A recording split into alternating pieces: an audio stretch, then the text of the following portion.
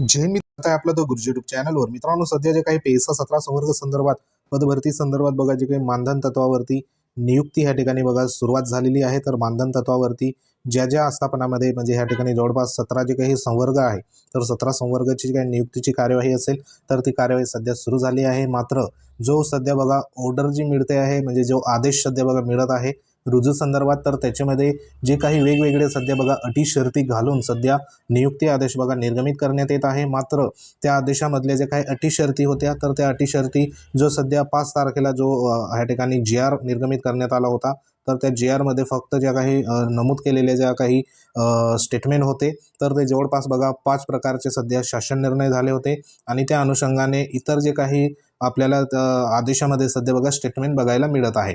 तर त्यामधले महत्त्वाचं आपल्याला माहिती आहे की आता हे जे आदेश आहे, तर ते आदेश वेगवेगळ्या जिल्हा परिषदमध्ये सध्या बघा निर्गमित झालेले आहे. आणि ह्याच्यामध्ये आदिवासी तालुक्यात बघा इथं जे 311 शिक्षक आहे, तर हे नाशिक संदर्भात आहे. तर त्या ठिकाणी नियुक्तपत्र पेसा कंत्राटी काही भरती प्रक्रियेमध्ये सध्या बघा संबंधित शिक्षकांना इथं मिळाले आहे. मात्र त्यांच्या जो काही आदेशमध्ये बघा जो सध्या अटी शर्ती आहे, तर त्या अटी शर्तीमध्ये महत्त्वाचा जो काही 11 महिन्यासंदर्भात जी काही नियुक्ती आदेश आहे, तर 11 महिन्यासंदर्भात नियुक्ती आदेशमध्ये बघा त्या ठिकाणी म्हटलेलं आहे. आणि त्या अनुषंगाने बघा महत्त्वाचं तुम्हाला तो आदेशचं अटी शर्ती देखील तुम्हाला बघा इथं दाखवतो, जेणेकरून तुम्हाला लक्षात येईल. तर आता बघा हा जो आदेश आहे, तर ह्या आदेशामध्ये हा कोणाचा आदेश आहे, तर जे शिक्षक भरती संदर्भात शिक्षण सेवकचा हा आदेश आहे. तर ह्याच्यामधल्या ज्या प्रमुख बघा ज्या गोष्टी होत्या, तर ते आपण तुम्हाला मागे देखील सांगितलं होतं.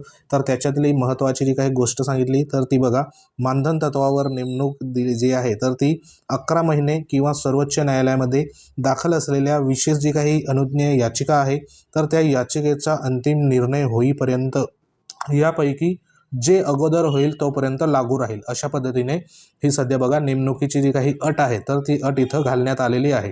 तर ह्या अटीचं एक तुम्ही बघा लक्षात घ्या की जो काही आदेश आहे, तर तो आदेशामध्ये ही अट घालण्यात आली आहे. आणि ह्या अटीचा जो काही अर्थ असेल, तर तो अर्थ काय होतोय की सध्या जी काही नेमणूक आहे, तर ती नेमणूक तुमची 11 महिन्यासाठी ह्या ठिकाणी बघा असणार आहे. किंवा इथं दिलेलं आहे बघा, किंवा किंवा काय आहे, तर सर्वोच्च न्यायालयामध्ये दाखल असलेली जी काही विशेष जी अनुज्ञेय याचिका आहे, म्हणजे जी काही पेसा आपल्याला माहिती आहे की 1 वर्षापासून सध्या प्रलंबित जी याचिका आहे, तर त्या याचिकेचा अंतिम निर्णय होईपर्यंत, बरोबर, तर अंतिम निर्णय होईपर्यंत ह्या ठिकाणी बघा पुढे काय म्हटलेलं आहे की यापैकी जे अगोदर होईल तोपर्यंत सध्या नियुक्ती जो आदेश असेल, तर तो लागू होईल.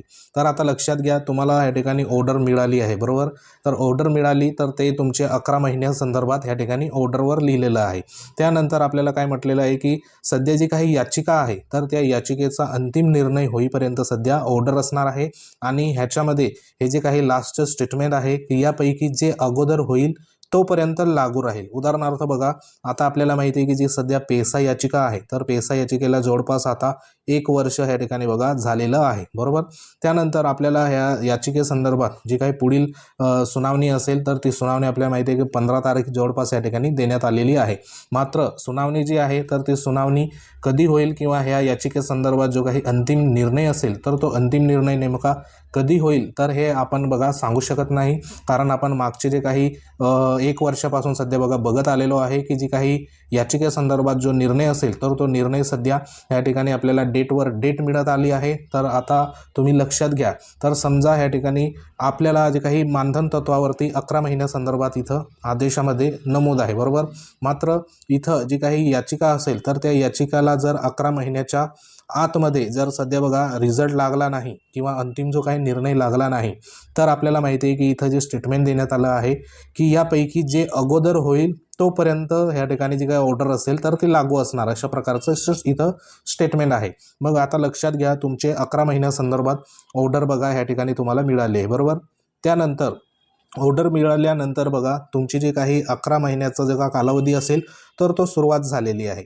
आता ह्या 11 महिन्यामध्ये जर समजा तुमची जर ह्या ठिकाणी जी काही पेसा याचिकेसंदर्भात जर अंतिम सुनावणी इथं जर झालीच नाही 11 महिन्याच्या कालावधीमध्ये, आणि ह्याला अजून परत 1 वर्ष ह्या ठिकाणी जर लागलं, कारण आपण सांगू नाही शकत की जी काही सुनावणी असेल अंतिम सुनावणी तर त्या सुनावणीला किती कालावधी लागेल, तर हे आपण कोणीच सांगू नाही शकत. आणि मागील जर आपण विचार केला कालावधीचा तर आपल्याला माहिती आहे की 1 वर्ष सध्या बघा हेरिंग जी काही डेटवर डेट सध्या निघून गेलं आहे.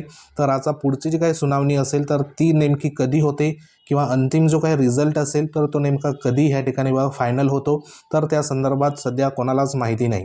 तर आता बघा 11 महिन्यासंदर्भात तुम्हाला इथं ऑर्डर मिळाली, बरोबर. तर 11 महिन्यासाठी तुम्ही सेफ झाले. परंतु ह्या ठिकाणी 11 महिन्यानंतर बघा 11 महिन्यानंतर ह्या ठिकाणी जर जी काही सुनावणी असेल तर ती सुनावणी झाली नाही.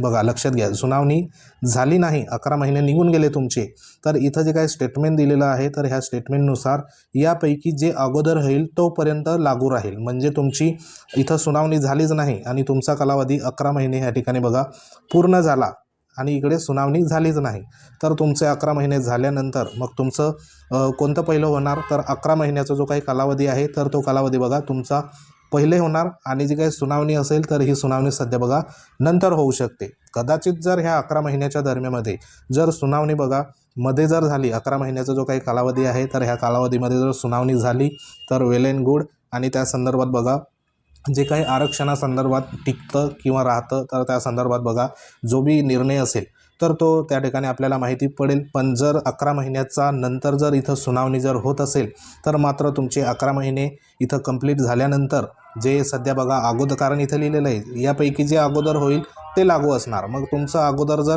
11 महिने कालावधी इथं जर तुमचे पूर्ण झाले आणि सुनावणी ह्या ठिकाणी बघा झालीच नाही, तर तुमचं जे काही पुढचं म्हणजे 11 महिने झाल्यानंतर बघा जे रिन्यूअल आहे तर ते रिन्यूअल सध्या बघा होतं किंवा नाही, तर ह्याच्यावर देखील इथं प्रश्नचिन्ह आहे. म्हणजे एक प्रकारे तुम्हाला नियुक्ती जी आहे तर ती 11 महिन्यासाठीच आहे असं समजून तुम्ही ह्या ठिकाणी पुढे चाला, कारण अशा पद्धतीने इथे सध्या त्या पद्धतीने नमूद देखील आहे. आणि हे जे आहे तर हे सध्या ऑर्डर जी आहे तर त्या ऑर्डरमध्ये सध्या नमूद असल्यामुळे ह्याच्यावरती आपल्याला जे काही स्टेटमेंट असेल तर ते स्टेटमेंटचं तुम्हाला अशा पद्धतीने इथे ह्याच्यावरती लक्ष दिलं पाहिजे. आता 11 महिने जर तुमचे इथं भरले गेले समजा आणि जी काही नियुक्ती संदर्भात जो अंतिम आदेश असेल तर तो अंतिम आदेशचं या ठिकाणी 11 महिन्यानंतर जर लागला, बरोबर, 11 महिन्याचा नंतर जर लागला किंवा अजून पुढे जो काही डेटवर डेट सध्या बघा सुरूच राहिली तर तुमचा पहिला जो कालावधी काय असेल, पहिलं जे काय अगोदर होईल तर ते तुमचा 11 महिन्याचा कालावधी पहिले अगोदर होईल. कारण इथं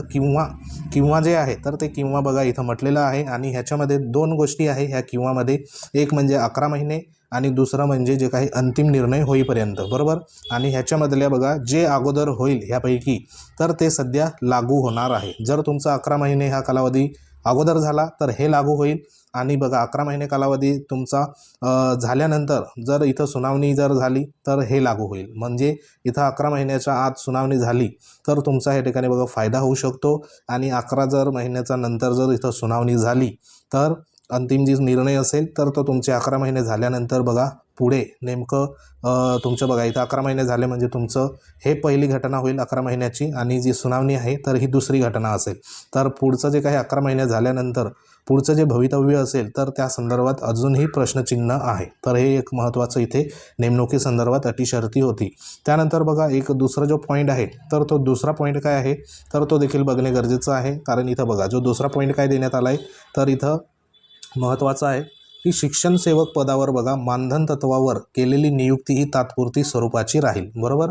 सदर नियुक्ती केव्हाही बघा कोणत्याही प्रकारचे आगाऊ नोटीस न देता संपुष्टात आणण्यात येईल असं इथं दुसरं जे स्टेटमेंट आहे तर ते स्टेटमेंट इथं आदेशामध्ये आहे. ह्याचा अर्थ काय की जी काही नियुक्ती आहे तर ती नियुक्ती आपल्याला माहिती आहे की तात्पुरत्या स्वरूपात सध्या असणार आहे.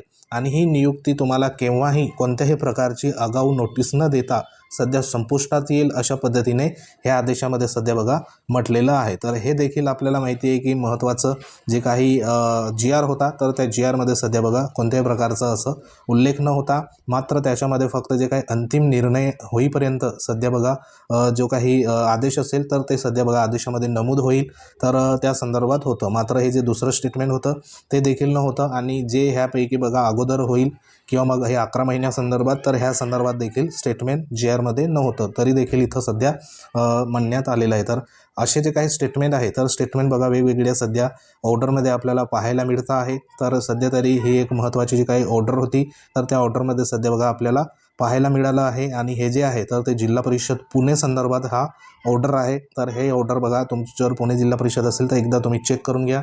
तर अशाच ज्या ऑर्डर आहे तर त्या वेगवेगळ्या जिल्हा परिषदमध्ये सध्या बघा नमूद आहे।